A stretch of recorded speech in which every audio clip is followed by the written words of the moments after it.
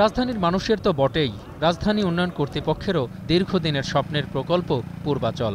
৬,২২৭ acre জমিতে গড়ে ওঠা প্রকল্পটি আসন্ন ২০১৭ সালের ডিসেম্বর নাগাদ শেষ করার কথা বলছে রাজুক, যেখানে এখনও দেয়া হয়নি ভবন নির্মাণের অনুমতি। কিন্তু তাতে কি?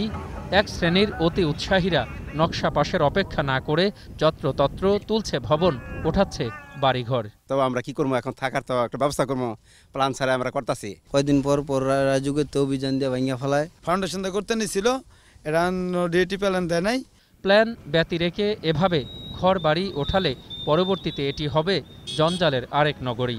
তখন না যাবে ভাঙা, না যাবে কিছু বলা, দুয়ে মিলে বসবাসের অযোগ্য হবে স্বপ্নের পূর্বাচল। তারা কিন্তু নিজ উদ্যোগে বাড়িঘর করা শুরু করেছে। তো এটা খুবই হতাশাব্যঞ্জক হবে যে পরে দেখা যাবে যে আমাদের অনুমোদিত নকশার সঙ্গে ব্যর্থ হয়ে গেছে।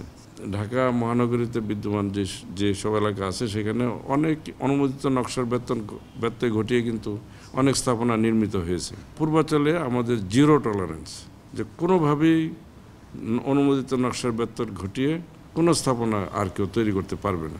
তবে মন্ত্রী বলছেন, কোনো ধরনের অনিয়ম সহ্য করা হবে না। টেম্পোরারি সেট করতে, পার্মানেন্ট কেউ করতেছে না। It will take 2 to 3 years time and project is going to complete it in 2 to 3 years time. So it's no problem to allow plan. অনেক গুরুত্বপূর্ণ স্থাপনা ছাড়াও ইতোমধ্যে ১৩০ তলা আইকনিক ভবন নির্মাণের পরিকল্পনা নিয়েছে সরকার। আর এমন অনাকাঙ্ক্ষিত ভবন ওঠানোর প্রতিযোগিতা না থামালে স্বপ্ননগরীর সৌন্দর্য অনেকটাই ম্লান হয়ে যাবে।